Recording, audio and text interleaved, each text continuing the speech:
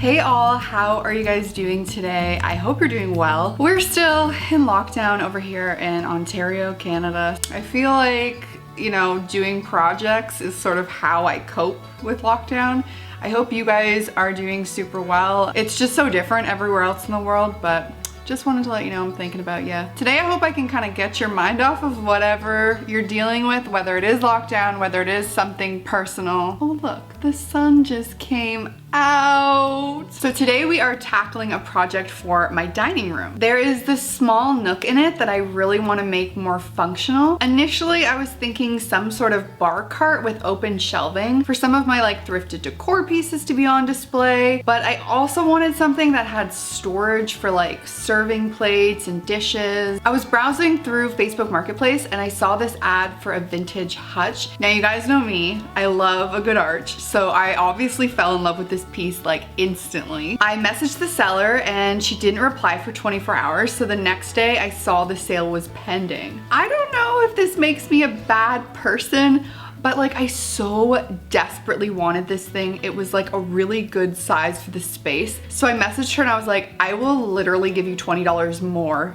Like, please, can I have it? And she was like, the person hasn't messaged me back and like sent any money. So she was like, oh, this might make me a bad person too, but like, sure. I sent her the e-transfer like within the minute. So then I had a hutch. Two things about this baby. It had been painted with dark navy chalk paint, which I had obviously hoped to remove and restore back to the original wood that I had hoped was underneath, but I wasn't entirely sure like what I was going to find under all of that chalk paint. You guys, this dark navy chalk paint became the bane of my existence. We're gonna sand all this blue chalk paint off because I really don't like it and it's seen better days.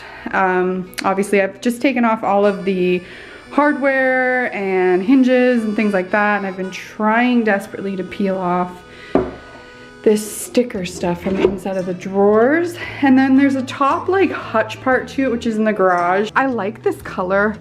I don't like chalk paint. It gets on everything, like it just from it like sitting in the dining room, it like rubbed on the wall. There were so many spots that like the sander just would not go in, and I have multiple sanders and I couldn't get at it. My own physical human strength with my hand like was just not strong enough to get it off. The front of the cabinet had two big holes in it, and then the bottom of the arch had like this big gouge in it, and that I knew I was gonna have to fill. And if you don't know, like filling wood is pretty hard, like to get it to match exactly. There's like a technique you can do where you take like old sanding of the actual wood and you mix it in with wood glue and like you use that to fill it. Even that like rarely works, and I tried that on my wood floors in my house, and it's not always like, it's not always perfect. I sanded this thing for days and there was still like navy chalk paint in every freaking crevice. So I decided to paint it white. In this shot, you can see the gouge in the arch and all of the crevices that I really just struggled to get the chalk paint out of. I didn't make this decision lightly. Like, I had obviously invested a lot of time into sanding this, but it's just like you hit a point where you're like, at what point is this worth it? When I literally can't get it all out. So like, even if I were to restain it, would it even look good with like all of the navy in the crevices? You know what I'm saying? So once I decided I was going to paint this thing, I wanted to do it correctly so that it would last for years to come. I wanted to primer it, paint it, seal it. After all, it was going to function as a shelf and a bar cart, and I wanted it to withstand a lot of use. So I started using a water-based primer. I applied it with a foam roller and a paintbrush. I can tell you looking back, this was all a mistake because my primer turned yellow. So wood furniture can turn primer yellow simply because of like some of the chemicals that are in the wood. So say the wood previously was protected with varnish that wasn't water-based, so say it was an oil-based, then the chemicals that are now inside of the wood is what would turn your water-based primer yellow, which is what happened to me. I learned a lot during this project, which I'm thankful for. I'm always thankful for any opportunity to learn. So the next day I went to the hardware store and I picked up a gallon of oil-based stain blocking primer. I also packed up the furniture and brought it to my dad's garage so that I could use my paint sprayer instead of painting it by hand. The sprayer you see here is my dad's. I bought my own this summer to paint the outside of my studio, but I was still a little scared of it. So my dad gave me like a lesson with his to make it a little bit more approachable for me. And I gotta tell you, I'm so happy we did this project together because now I'm 100% confident in using my own sprayer.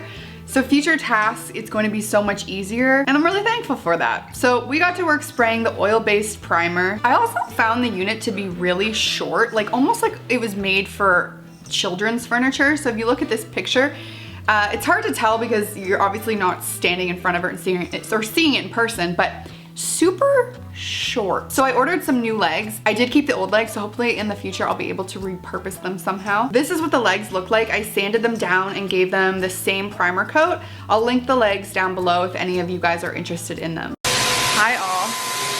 We are now spraying the primer in the garage with my dad.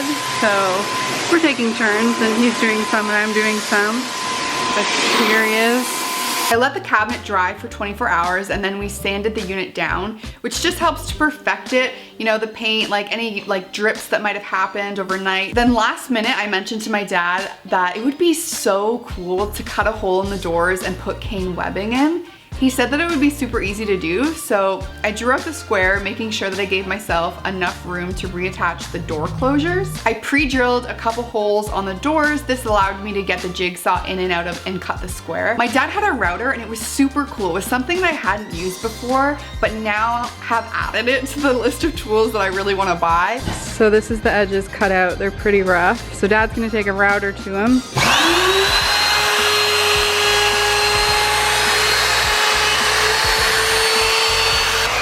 Wow, nice and smooth. Okay, so this is going to be the outside of it, and then we're gonna do some cane webbing on this side.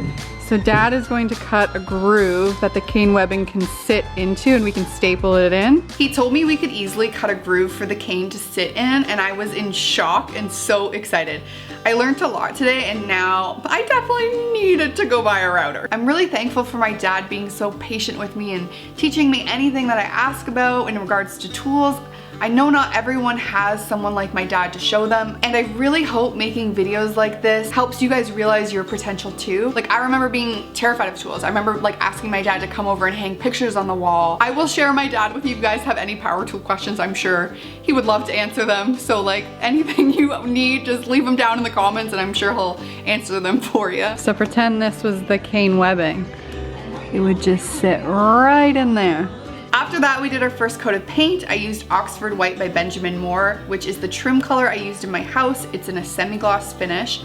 I let that dry for 24 hours and then we were ready to seal everything. So this is actually the Varathane that we used to do the floors, and I have a bunch of it left over, so we're just gonna use it on this. It's like a satin water base, so it shouldn't yellow it or anything. Sorry, it's pretty loud in here. Might as well use what we have, and we're gonna do like one vinyl spray to just seal everything. I let this dry for 48 hours and then I brought the cabinet home. I attached the legs.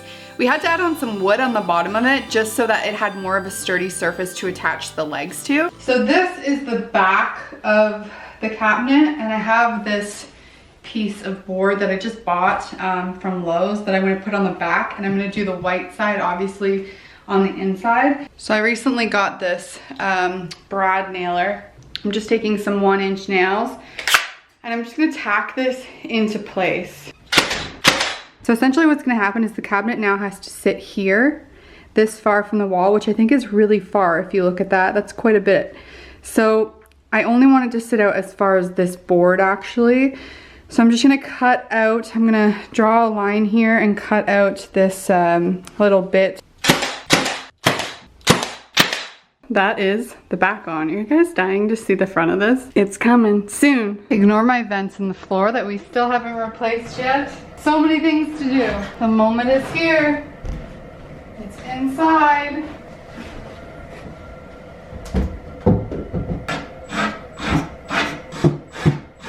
Okay, there's still a ways to go. We still have to finish the doors, put the handles on, style it. But look how good it looks. You guys will notice it kind of like doesn't fit here perfectly. I would have obviously liked it to just be like a tiny bit more narrow, and this really kills me that it's like sitting on the trim. But you know what? It could be so much worse, so I'm not that upset. Good morning. It is Saturday, and guess what arrived today? Finally. I feel like it was a week of just no work on this cabinet, and finally we can get her done. I also bought this because buying power tools is basically how I'm coping through lockdown. Also, that sound is the heater, so I forgot to turn it on in here. I bought a stapler. So this is obviously gonna come super handy for this project. Now I'm prepared for all the comments saying I should have wet the cane before applying it. I did research that. I experimented this way first, and I just felt like it wasn't going to be able to be pulled on very much because I was stapling it into place, and I was worried about it coming loose from the staples when I pulled on it. Either way, still super happy with the end result. Essentially, the way I went about this was I stapled 2 sides and then cut the others to length after. Because we're fitting the cane into a lip, it was sort of hard to measure it in advance. I found this to be the best method. You guys, we have doors. Not to brag, but this looks amazing. So I have these like little doodads that are going to go basically on the inside of the door and then under here. So it just clips in to the hardware. I ordered some new knobs for the doors because I didn't really feel like using these knobs on the doors. So these knobs are for the, this is a drawer, this is a door. Drawer. Okay, we got it. For the doors, I felt like it was just too much and I just didn't like it. So for the doors, I got these little knobs, and I'm thinking that would look cute. Okay, so I'm just gonna measure the door. Michael, what's half of 17 3/8? You don't know? I don't know. Just under 8 3/4. Okay, so then, do you want my video to get copyrighted? Turn that music off. Well, then I have to measure this way. Well, I'd say it's like 2 7/8. I'm not watching, don't worry, I don't care. You can watch. I feel like you were like feeling nervous. I'm not feeling nervous. I'm a magician. You are. Beauty. Okay, I'm gonna use just a little bit bigger of a drill bit because it's a bit too small. So then you put the screw in the back and then screw on the handle. Oh my gosh, it looks so good. This looks so good. So when it comes to the drawer handles, you'll see there's like a bunch of holes. What I'm assuming happened was this was the original hole for the handle. And then whoever flipped this before me drilled these 2 holes. It's kind of a mess here. I sort of wish I would filled it, but I don't know. Looking back, I didn't. It doesn't really matter because the handles we're using, they cover all the holes, so it's not really a big deal. Okay, handles on. Now I have some wax stuff because these are like wooden hinge drawers. I don't know if you guys noticed, but yeah, they sit on wood. Anyway, so I learned this technique. If you guys have any drawers that are on wood as well, you can use this. It's called paraffin wax, and apparently it helps the drawers go on a whole lot easier. Okay, moment of truth to see if it worked with this. Wow! Oh my gosh, babe, look! What? Wow, that's amazing. You guys, hack for you. This stuff, you have old wooden furniture. It's legit. So now I have to tell you guys about this drawer and what I did to it. I decided to take out the bottom of this drawer. You can see it has no bottom anymore. If you open it up, what sucks is like if I wanted to put wine bottles inside of it, I would have to lay them down, which is kind of just not the best thing. But now, look at this.